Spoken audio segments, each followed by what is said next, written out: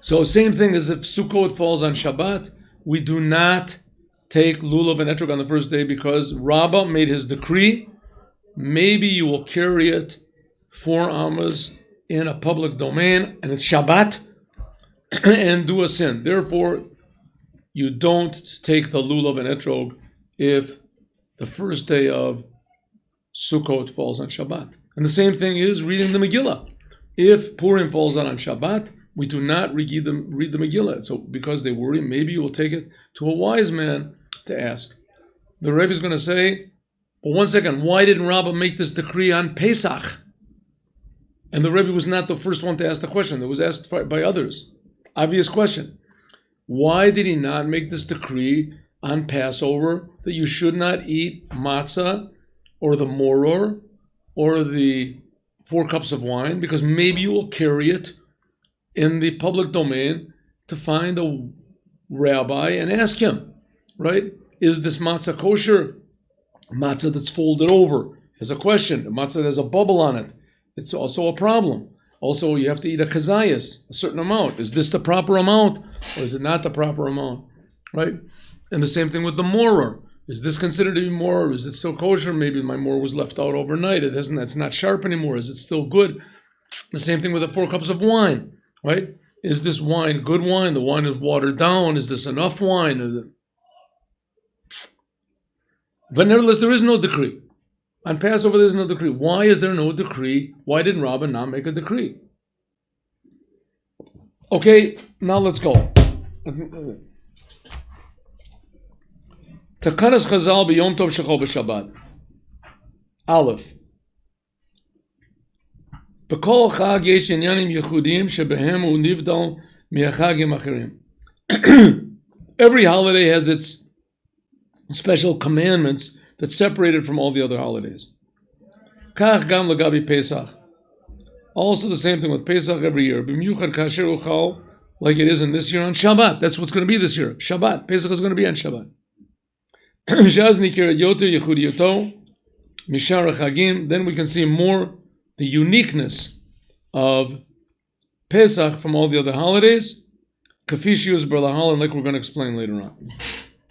In the Gemara, it says, it's a Gemara in Rosh Hashanah, She'ein tokin b'shofar, that you do not sound the shofar, b'yom tov shel Rosh Hashanah, that falls on Shabbat. When do you sound the shofar? On the second day. Rosh Hashanah has 2 days. Ki hakol chayavim b'tkiyat shofar ve'en hakol b'kiyim. Everyone has to hear the shofar being blown, and not everyone is an expert. And it could be that you'll have a congregation of people that no one is an expert, and the Rabbah therefore made a decree. Shemi yitlanu biyado v'yolichenu etzal baki. Maybe you'll take it in your hand. You'll go to an expert to learn how to sound the shofar. And you will carry it 6 feet, 4 amas. An amma is about 1.5 feet in a public domain.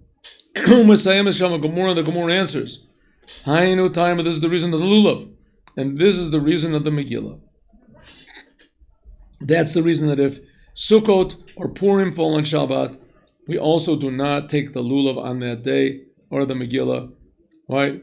So, for the same reason, Shema Yavirenu, maybe he will carry it 4 amas in a public domain. Ain't not limit the lulav. We don't take the lulav on Sukkot that falls on Shabbos, and we do not read the Megillah on Purim that falls on Shabbat. Now the Rebbe's question, like I explained to you. Sholem Acharonim, the later rabbis ask a question. The Rebbe brings a couple places. Sholem Meshiv and Emak Hashayla. Lefiza, according to this, you should have made the decree, L'cheora, Shagam b'Pesach, also in Pesach that falls on Shabbos, Lo Yachlo Matzah, you shouldn't eat matzah and more. Lo Yishtar b'Kos, you shouldn't drink 4 cups. Lo Yomer Haggadah, maybe you shouldn't say the Haggadah also. The Haggadah is very complicated. Ubemiyuchad kasher l'gabi matzah, and especially matzah and more, and drinking the 4 cups, there's a lot of laws. Maybe even more laws than the laws of sounding the shofar. And there's a lot of details. What constitutes matzah? What constitutes chametz? when you're supposed to eat the matzah. What? Yotem yasher b'shofar, even more details than in sounding the shofar in the Megillah. How much more so in the lulav? A lulav ibakiyut bo hulagabi yinanu o brachato. What about shaking it? What about making the blessing? Lulav and etrog is very much more complicated. Matzah, everybody knows about matzah, but who does lulav and etrog? Right? Non-religious Jews, they never saw such a thing before in their life. Maybe in the paper. Matzah, everybody knows about matzah, huh? Everybody knows about. Okay, so the Rebbe is going to give two answers that people give, and he basically rejects these answers. Okay, the question is a good question. The question is asked by other people, and those same people who ask the question, they give their tentative answers. Why is it permissible to eat matzah, morer, and drink the wine on Pesach that falls on Shabbat? Okay, Zachariah? Okay. Among the answers are, but Pesach halchu abakim l'batim. In Pesach, there are communal seders. The rabbi conducts the seder for all the people who don't know how to do the laws. Or at least he goes to everybody's houses and he knocks on the doors and says, is everything okay here? You have any questions? The rabbi goes around. So because the rabbi goes around and makes himself available, as therefore, even if people do have questions, they won't take the matzah in the street and carry it. Because the whole holiday of Pesach is a family holiday, which is not the case of sounding the shofar, and is not the case of lulav and etrog. You don't do it with your family. Here, people are found in their house. Ishu beito bo, it says. Could the possibility the rabbis carrying matzah to give around? We spoke about this. No. Just yesterday. The rabbis had to give it up, but the rabbis give it out before the holiday. So everybody has matzah. Now the problem is about eating the matzah and how we eat it, how to lean over. So it's, according to one opinion, the reason that this decree of Rabbah was not applied on Passover, and they didn't forbid you to eat matzah on Passover, maybe you'll carry it in a public domain, is because there's no worry about carrying it in a public domain, because the rabbis go around and they visit people's houses. Says the Rebbe, this is not so clear. This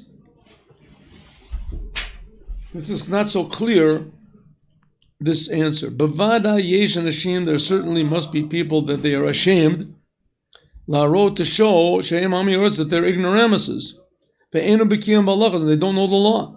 And especially people, these people are all gathered together, they've got their whole family together, and they're going to say the Haggadah.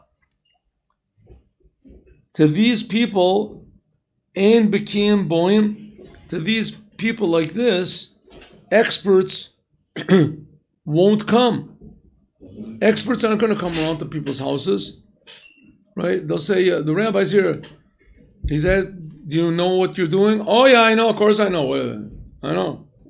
Tell the rabbi to go somewhere else. If so, those people, maybe secretly they'll go to the rabbi, right? Just before we eat the matzah, I just go into the bathroom a couple minutes. I'll be right back. He takes the matzah, sticks it in, runs to the rabbi. He comes back. He asks the rabbi, tell me, is this matzah kosher? How do I eat it? I don't remember. You lean over to the right, you lean over to the left. How much am I supposed to, is this the matzah I'm supposed to break? What am I exactly supposed to do? Tell me. Right? And the rabbi will tell him, no, this is what you have to do. He goes back home, he says, I'm the boss now. Lefiza, according to this, Yotzei comes out Shabbat Gam Pesach Kayim Chashash. If so, simply speaking, there is this worry. They should have been this. They should have applied this law of Rabbah, this worry that maybe people will take their matzah and carry it on a Pesach that falls on Shabbat. They'll carry it in the street to the rabbi.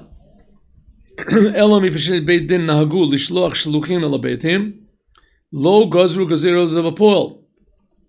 So what does he want to say? That really they should have made the decree, but because the rabbis go from house to house, as they didn't actually make this decree. Says the Rebbe, Davar zeh chirush miyuchad. If this is really the law that the rabbis have to go around from house to house and ask, why doesn't it say it anywhere? Sha'gamor ulapachot misfarshi Torah Gamora Rishonim. They should have said it. They should have said, rabbis, there is no decree of Rabbah.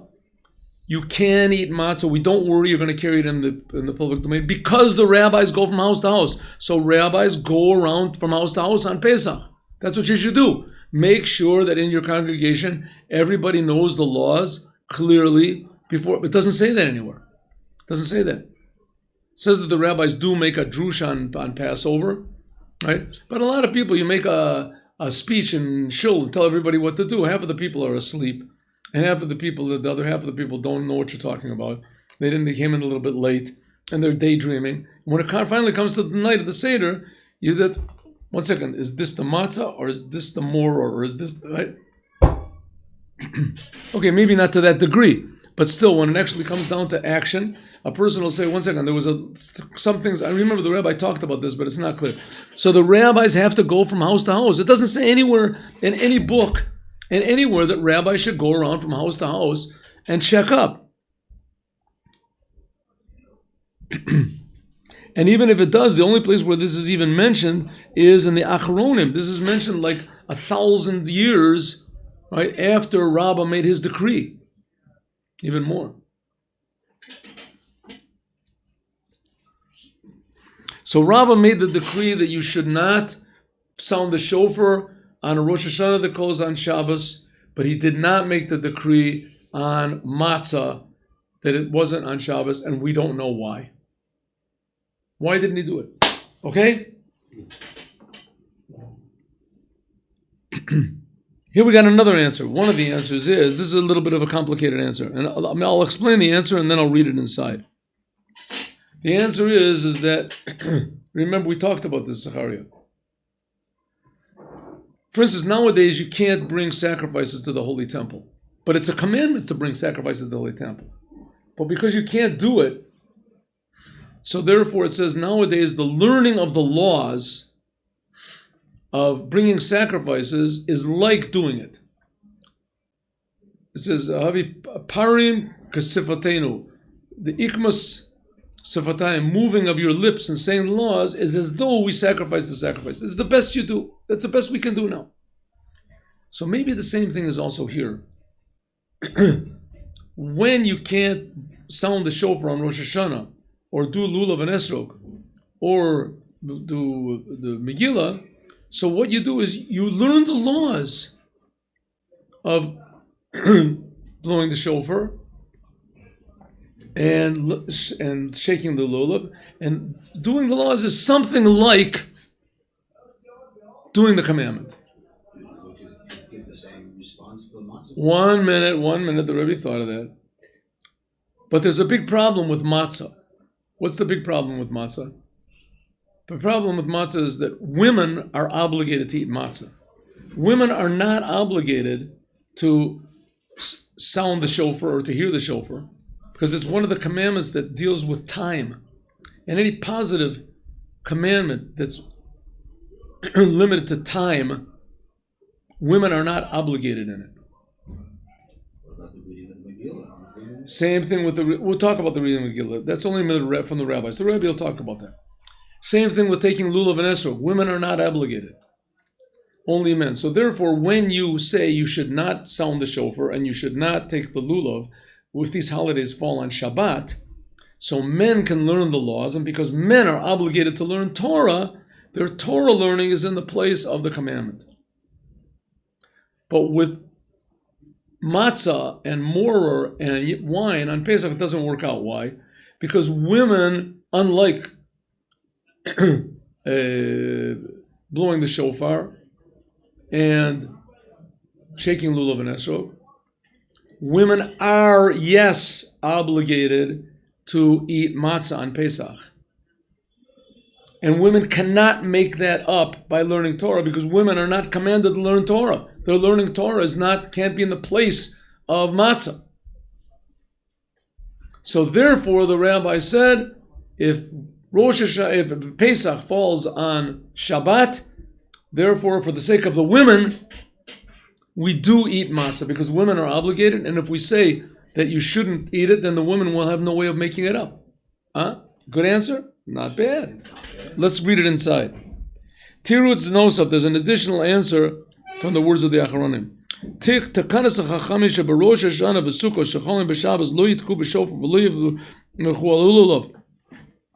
This law, this statute of the rabbis, that if Rosh Hashanah or Sukkot falls on Shabbat, you don't do the respective commandments that are in those holidays.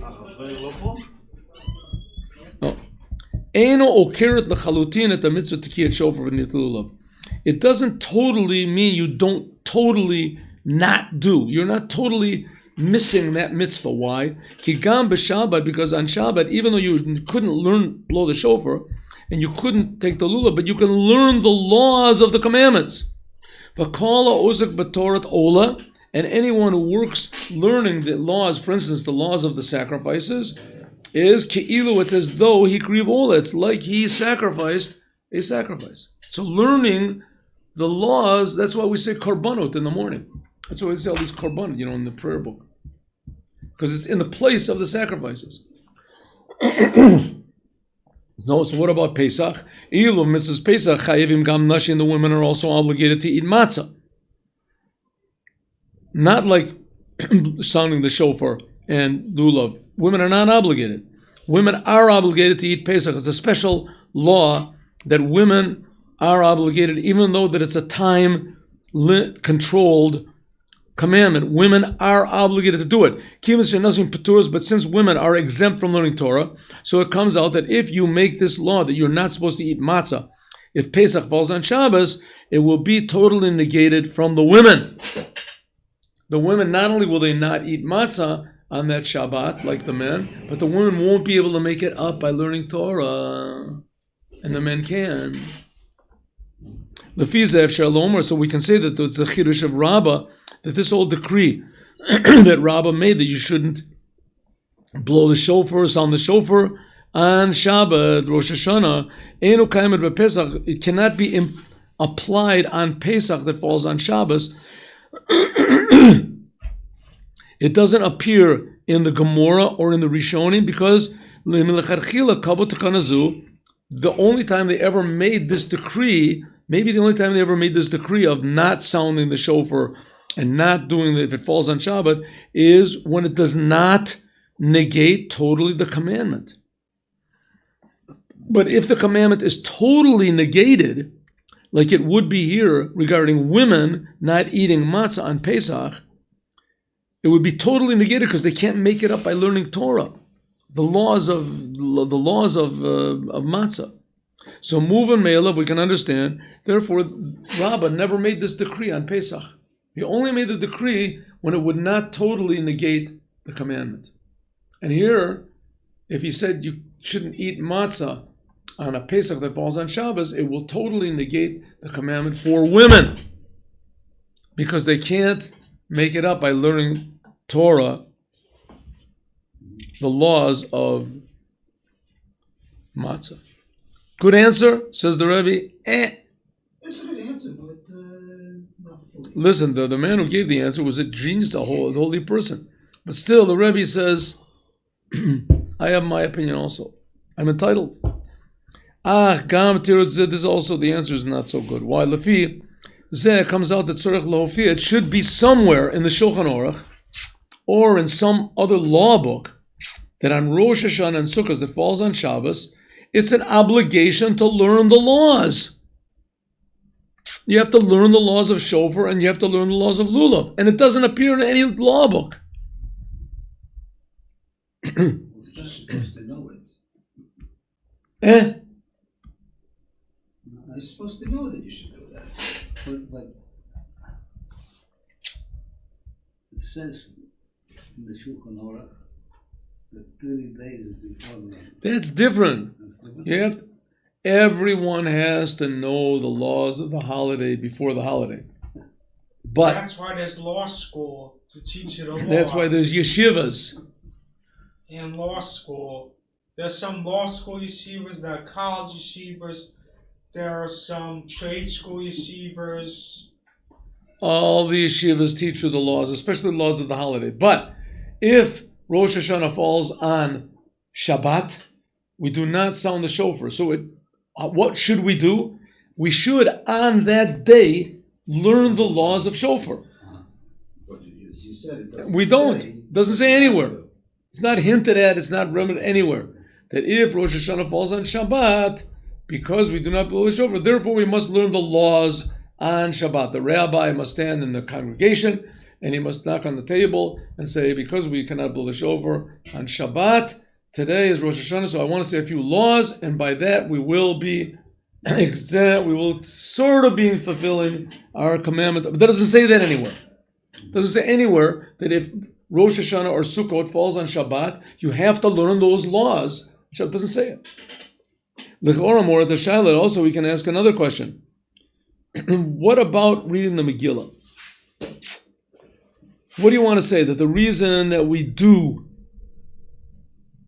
eat matzah on Pesach that falls on Shabbos is because the women, if we would negate eating matzah on Pesach that falls on Shabbat, the woman would have no way to make it up because learning Torah is not an option by the women. It doesn't have any effect when women learn the Torah. Okay, what about Megillah?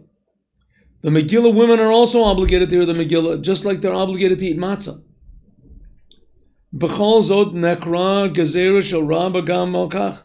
Nevertheless, the decree of Rabbah that you should not sound the shofar or stake the lulav also applies to Megillah. The rabbi said that if Purim falls on Shabbat, Purim, you don't read the Megillah. What's the women going to do? The women are obligated to hear the Megillah. Women are obligated to hear Megillah. And women are not obligated to learn Torah, so they won't make it up.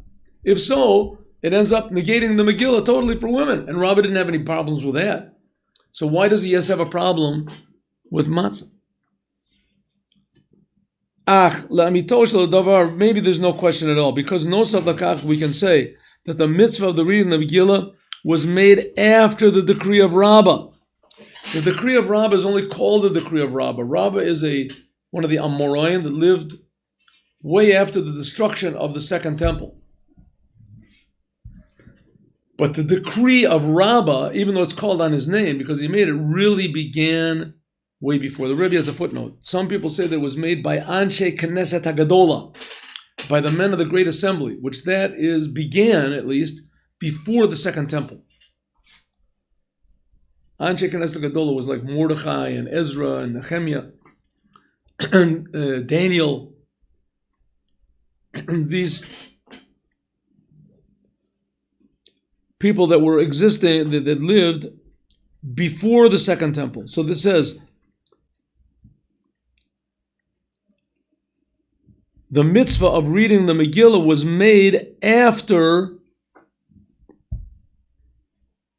the mitzvah of reading the Megillah was made after the decree of Rabbah.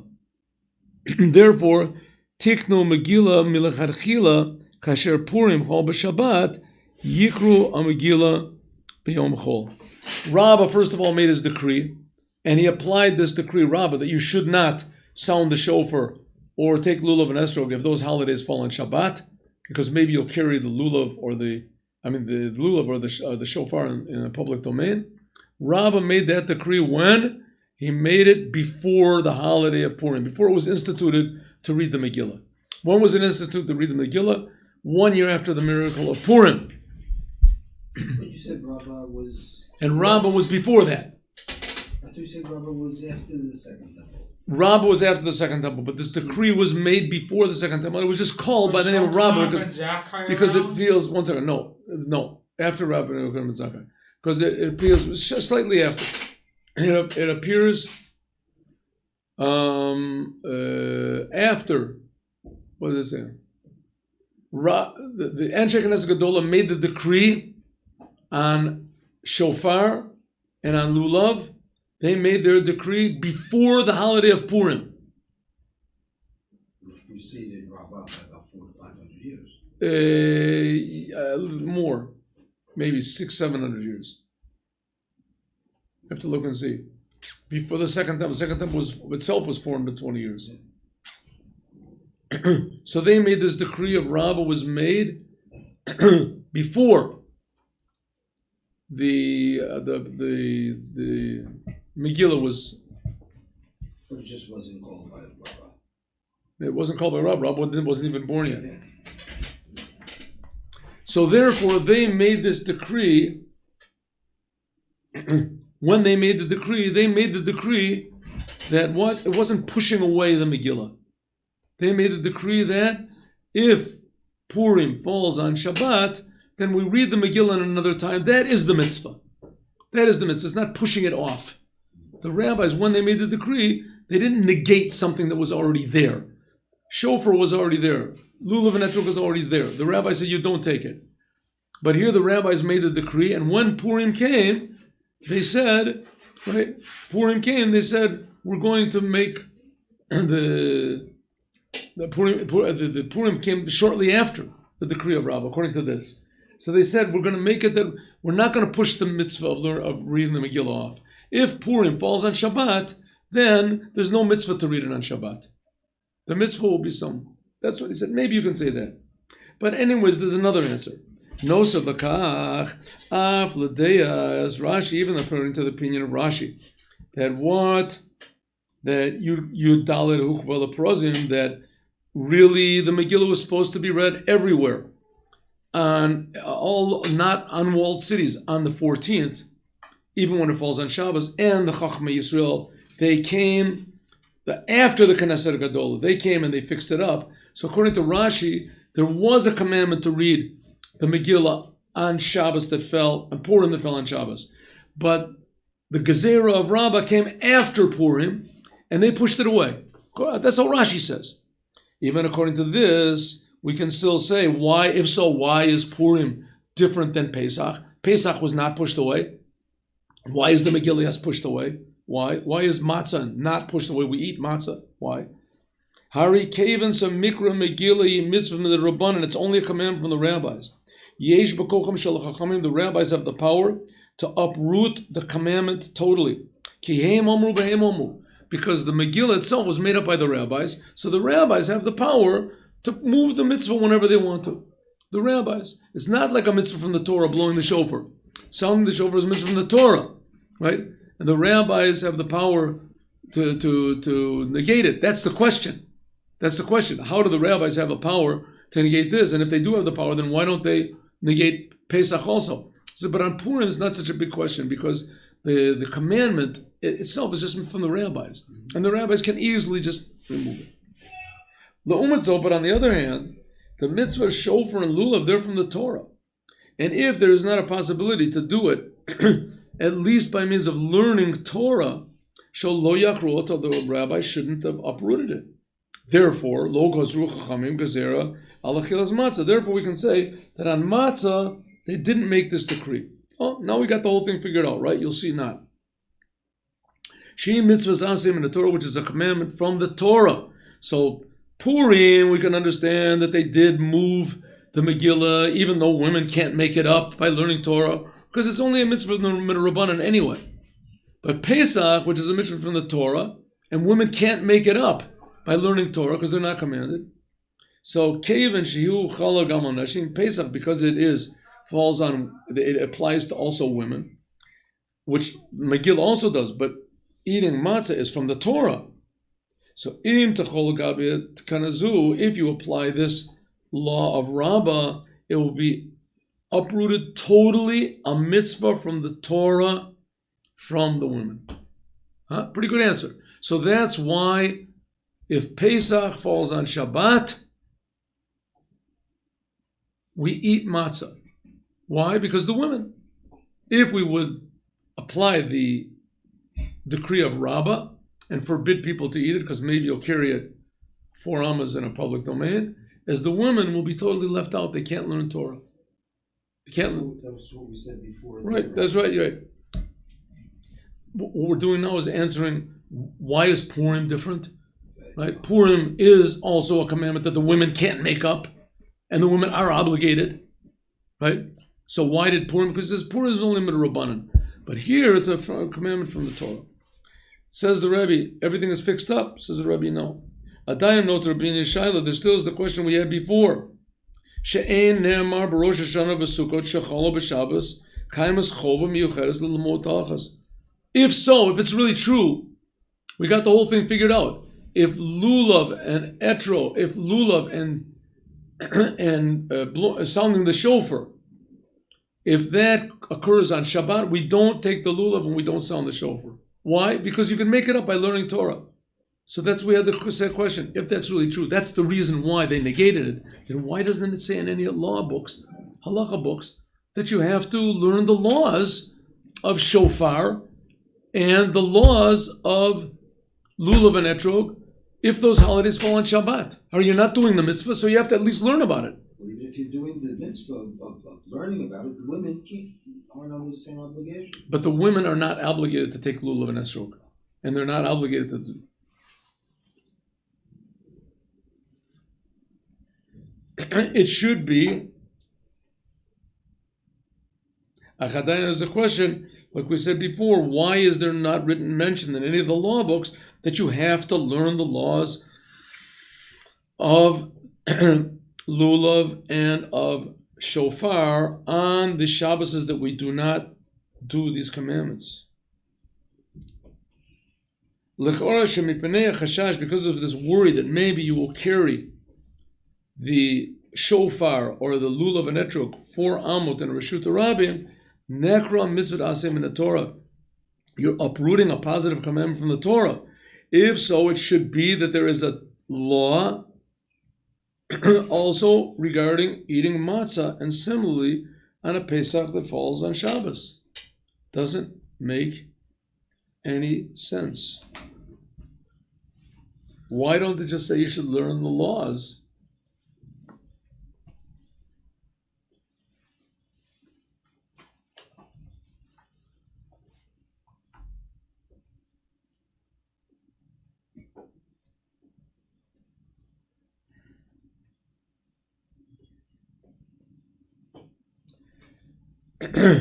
Okay, so because we see that it doesn't say anywhere in any books that you have to learn the laws, so if so, it seems that you're not worried so much about uprooting the mitzvah.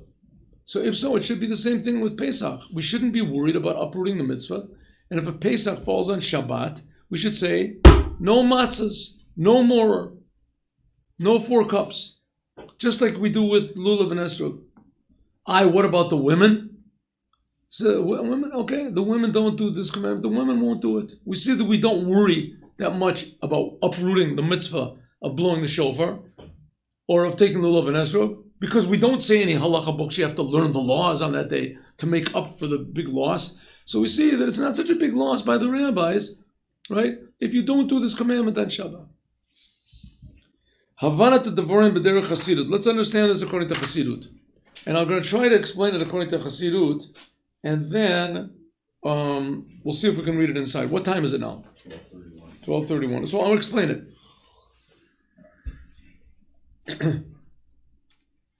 Shabbat itself is a commandment, and Shabbat itself is very holy.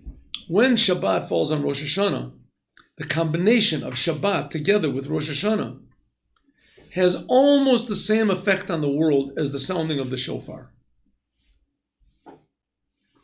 So therefore, it's not so necessary for the world to sound the shofar on Rosh Hashanah Shabbat. Why? Because Shabbat does the job. So because it's not so necessary, therefore, God doesn't protect you so much. And there's a worry, maybe you'll carry the shofar 4 amos and Reshus Rabbi. If the world really would need the sounding of the shofar, God would protect you and help you that you wouldn't do any sins. He would aid you to do the commandment. He would help you. But because the world does not need the blessings brought down by shofar, if Rosh Hashanah falls on Shabbat, because Shabbat does the job. So therefore the world does not need the blessings that are evoked by blowing the shofar. The world doesn't need it so much. And because the world doesn't need it so much, so God doesn't protect you so much. He doesn't help you so much. Therefore, there's a worry. Maybe you'll carry this 4 Amos and Rishus Rabbi. Do you understand? The same thing is. There's a reverse of it all. There's something connected, but also because it's Shabbos, there's nobody there to accuse you. Protected. No. When Rosh Hashanah falls on Shabbat, that combination makes a blessing in the world that's almost equal to the sounding of the shofar. And because of that, God doesn't protect you. God doesn't Protect you because He doesn't need you so much. You don't need to do the commandment so much. Similarly, also, the same thing is with lulav and etrog. If Sukkot falls on Shabbat, then the combination of Shabbat and lulav and etrog, that makes a holiness in the world that is very similar, almost the exact same thing as lulav and etrog.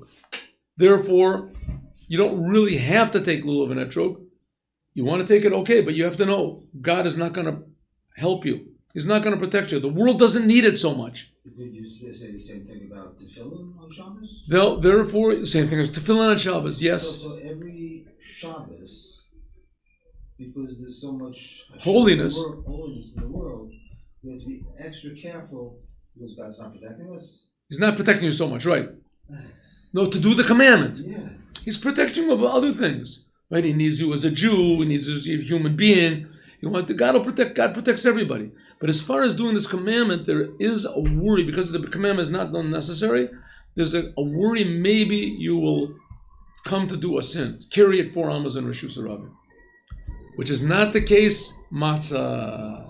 If Pesach falls on Shabbat, that's it. If Pesach falls on Shabbat, the combination of Pesach and Shabbat, it draws down a big revelation, but it's nowhere near what happens if you eat matzah or the wine. And the world needs that, even though it's Shabbat and it's Pesach together, but the world needs that blessing that you make by eating the matzah, by drinking the wine, by eating the moror. It cannot be substituted by Shabbat. Not like Rosh Hashanah, not like Sukkot. So this night is bigger than Yom. Oh, therefore eating. That's right. Eating matzah on Pesach. This is such a good time for Moshiach. Right. Eating matzah on Pesach is higher than even Rosh Hashanah or Yom Kippur, which can be substituted by Shabbat. This, even though Shabbat occurs and there's a big blessing drawn down, it's not comparable. Therefore, God needs it. Therefore, God will protect you. And there is no worry that you will carry the matzah 4 Amos in the Rishut Rabbi. Except for that, there's no logical answer why they did not apply the decree of Rabbah, the Pesach that falls on Shabbat. So when you eat that matzah on Pesach, you should know you're doing something so incredibly holy and so incredibly necessary for the welfare of all mankind and for the world that you should be excited, impressed. But don't be so excited that you can't swallow properly. In any case, don't blame me. God bless you all. Have a happy Pesach. Thank you, Rabbi.